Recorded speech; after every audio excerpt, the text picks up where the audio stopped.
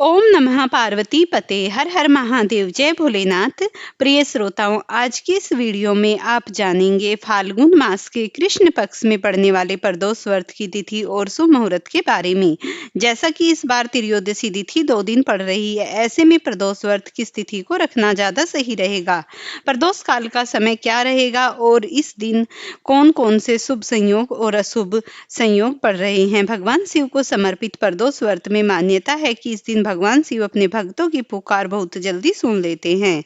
कुछ मुहूर्त, कुछ समय ऐसे होते हैं जिनमें यदि सच्चे मन से, सच्चे भावों के साथ भगवान शिव का स्मरण किया जाए, तो भगवान से विनती करते हैं तो भगवान उनकी मनोकामना पूर्ण करने में को विवश हो जाते हैं।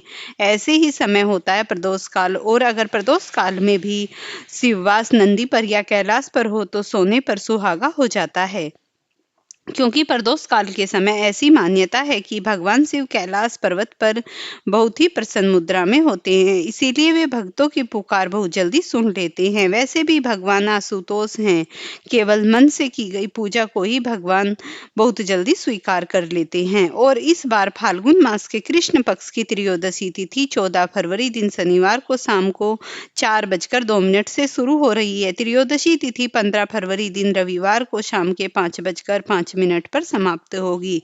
अब ध्यान रखिएगा कि त्रयोदशी तिथि भले ही 2 दिन पड़ रही हो, लेकिन जिस तिथि में हमें प्रदोष का समय प्राप्त होता है उसी तिथि को हम व्रत रखते हैं, वही व्रत मान्य है। कुछ श्रोता या कुछ भक्त हैं जो जानकारी के अभाव में जिस दिन से तिथि लगती है या फिर उस दिन से ही ब्रह्म मुहूर्त या फिर दिन के समय विद्यमान होती है, उसी दिन व्रत रख लेते हैं।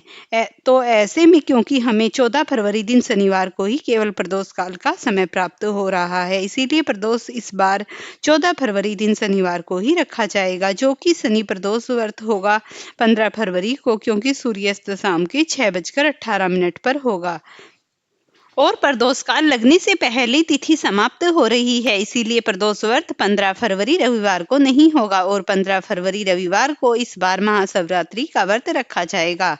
14 फरवरी दिन शनिवार को ब्रह्म मुहूर्त सुबह 5:26 से 6:14 तक रहेगा। तो व्रत ब्रह्म मुहूर्त से ही प्रारंभ हो जाएगा। सूर्योदय होगा सुबह के 7:03 पर, सूर्यास्त होगा शाम को 6:18 पर।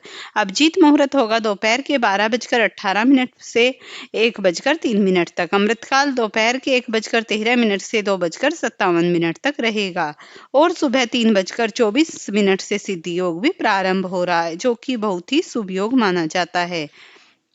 इस तरह प्रातः काल पूजा मुहूर्त रहेगा सुबह के 5:43 से 7 बजे तक और शिववास 4:01 पर नंदी पर रहने वाला है, जो कि अपने आप में एक बहुत ही शुभ संयोग होगा।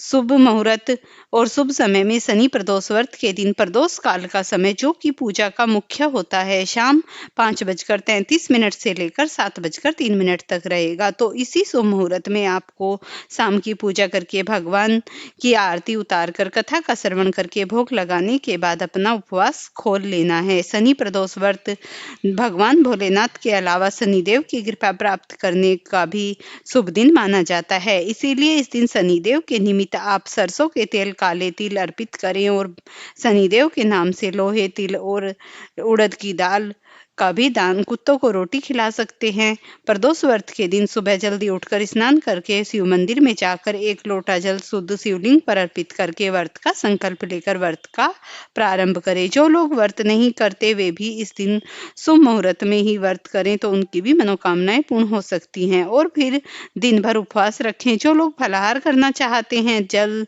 फल, दूध आदि का सेवन करना चाहते हैं, वे सेवन कर सकते हैं और प्रदोष काल के समय एक बार फिर से विधि विधान से पूजा करके कथा श्रवण करें। आरती उतार कर भगवान को खीर का भोग लगाकर प्रसाद रूप में खीर को ग्रहण करके व्रत का समाप्त करना चाहिए, यानी कि व्रत का पारण करना चाहिए। ध्यान रखिए कि यदि आपने प्रदोष व्रत के दौरान अगले दिन शिवरात्रि का व्रत भी रखा है तो प्रदोष में अन्न का सेवन नहीं करना चाहिए।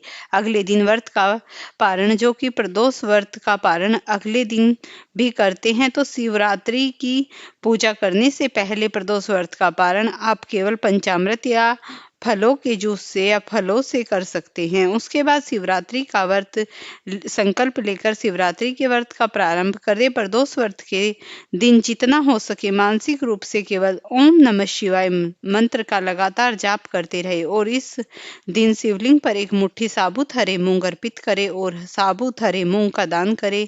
ऐसा करने से कुंडली में ग्रहों की स्थिति भी मजबूत होती है, ग्रहों के शुभ प्रभाव भी शांत प्राप्त होते हैं। शनि प्रदोष व्रत और महाशिवरात्रि की कथा भी हमारे चैनल पर सुनाई जाएगी, तो हमारे चैनल को जरूर लाइक और सब्सक्राइब करें।